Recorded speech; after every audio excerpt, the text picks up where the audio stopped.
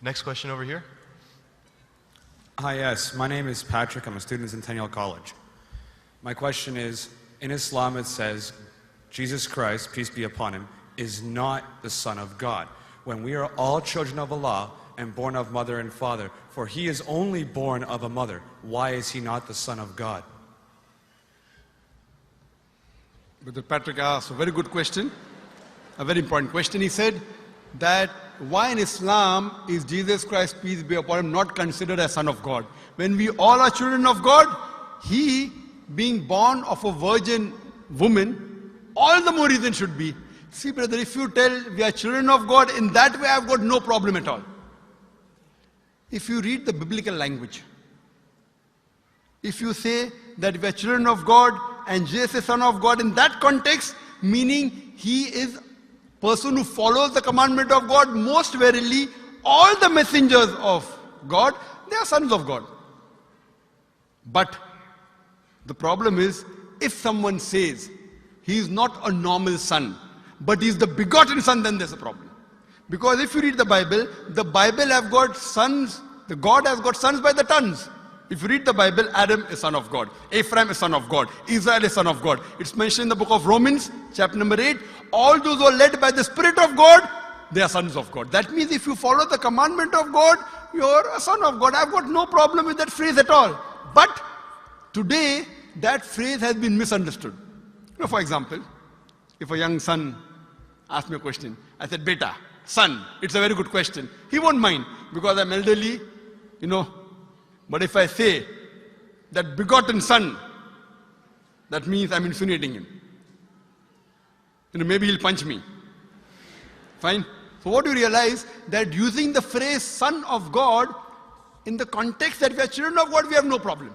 So in that context, all the human beings who follow the commandments of God can be called children of God. No problem. But what the Christian says, that no, Jesus Christ, peace, but it's not a normal son. And he quotes Gospel of John, chapter number 3, verse number 16. For God so loved the world that he gave his only begotten son. Whosoever believeth in him shall not die but have everlasting life.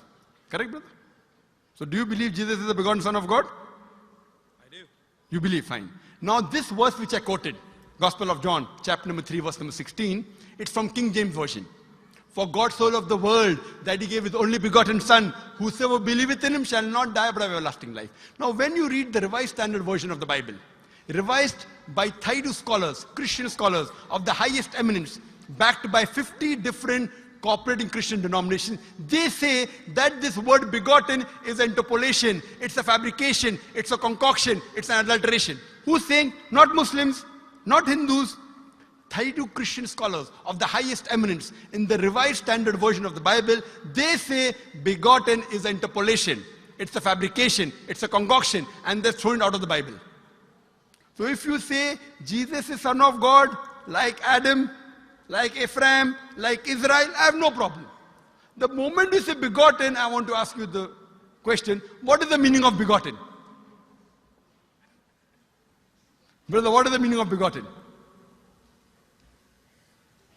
You know, begetting is an animal act. It's the function of lower animals of sex. And when you say that he was born to Mother Mary, virgin, what are you insinuating?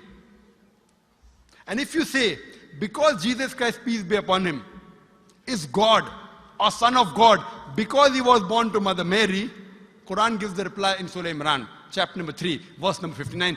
Inna masala Isa indallahi ka masala Adam. Khalaqa min turab. That when they say the similitude of Jesus in front of Allah is the same as Adam. They were born from dust and said, be and it was. If you say that Jesus Christ is God because he had no father and only mother, then Adam, peace be upon him, is a greater God. He had no mother and no father according to the Bible. MashaAllah, you're clapping. I like it. So if you say Jesus is God because he had no father, only mother, Adam is a greater God, peace be upon him. He had no mother, he had no father. I never referred to him as a God, but Son of God. That's right. Fine. So Adam is a bigger son of God. Right or wrong?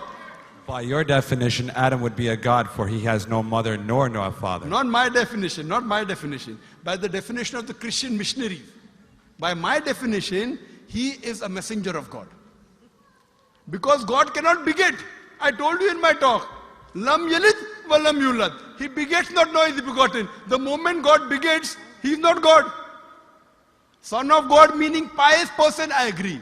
That's the reason Allah subhanahu wa ta'ala in the Quran, in 99 attributes, he has missed out Ab, father. Why? It's a good attribute, but Allah did not mention Ab meaning father because people started having wrong meaning of the word father. So he used a more difficult word Rab, but did not use Ab. Logically it's fine, but Almighty Allah subhanahu wa ta'ala purposely did not use the attribute Ab in the Quran because people will misunderstand. That's the reason English-wise, saying Jesus is the Son of God, meaning messenger of God, I'm with you. But the moment you say begotten Son, I have objection. So you say Jesus is a messenger of God, I say peace be upon him after his name. So I respect Jesus Christ, peace be upon him, more than you, Brother Patrick. Because when I take his name, I have to say peace be upon him. If I do not say that, I'm wrong. So I love Jesus Christ, peace be upon him, more than you. I follow his teaching more than you. And if you want, I can prove it to you. That's a different argument, not for tonight. Sorry? That's a different argument and not for tonight. Okay, fine. I'll give you a few things. Jesus Christ, peace be upon him. Fine? If you read the Bible, he was circumcised on the 8th day. Fine? Majority of all the Muslims are circumcised, the Christians aren't. So if you say Christian means a person who follows the teachings of Jesus Christ, peace be upon him, then it's mentioned in the book of Leviticus, chapter number 11, verse number 7 to 8. It's mentioned in the book of Deuteronomy, chapter number 14, verse number 8, you should not have pork. It's mentioned in the book of Isaiah, chapter 65, verse number 2 to 5, should not have pork. Muslims don't have pork, most of the Christians have pork. If you read the book of Ephesians, chapter number 5, verse number 18, in the book of Proverbs, chapter number 20, verse number 1, it says you should not have alcohol. Muslims as a whole don't have alcohol, most of the Christians have alcohol. If you say Christian means a person who follows the teachings of Jesus Christ, peace be upon him, we Muslims are more Christian than the Christians themselves. We love him. We respect him. If you say, I love Jesus Christ, peace be upon him, but don't follow his teachings, your love is false. We, therefore, mashallah, I love Jesus Christ, peace be upon him, more than most of the Christians. Because I follow his teachings, I respect him, I revere him. And Jesus Christ also said, in the Gospel of John, chapter number 16, verse number 11 to 14, I have many things to say unto you, but ye cannot bear them now. For he, when the Spirit of truth shall come, he shall guide you unto all truth. He was talking about Prophet Muhammad to come.